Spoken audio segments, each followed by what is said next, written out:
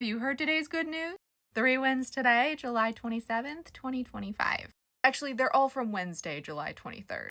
My list is getting really long, so we're going to be a bit behind, but I think that's a good thing. Russell Coleman on the Hong Kong High Court ruled that it should no longer be a criminal offense for a trans person to use a bathroom that matches their gender identity. Any trans person, whether they've medically transitioned or not. Up till now, there has been a fine for using the wrong bathroom if you're over the age of 4. Through this case, he learned a lot about the needs of trans people that he detailed through this opinion. And he came to the conclusion that because I do not think there's a remedial interpretation, I also make a declaration that those two provisions would together create the criminal offense be struck down.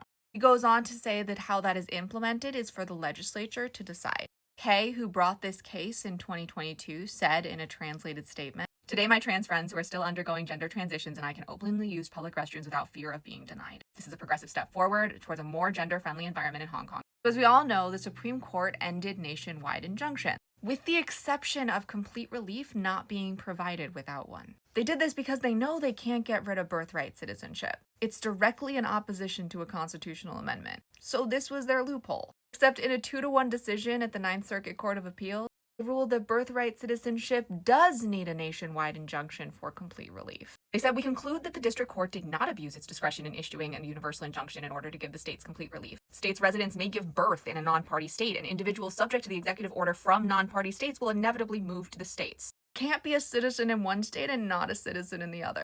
Having an injunction only apply to the states that filed doesn't work. This is not going to work in every circumstance.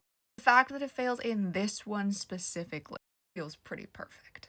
And finally, the Archbishop of Philadelphia, Nelson Perez, wrote a pastoral message to the Philadelphia immigrant communities. He says, "As a son of immigrants, I have found recent events particularly heartbreaking. Today, I write to express my prayerful solidarity and that of our local church with you. You are not alone. The church is a community of faith, and the divine person of Christ, who was forced to flee his homeland as a child, holds you in his compassionate arms." I'm Jewish, but even I know that this is the real basis for Christianity.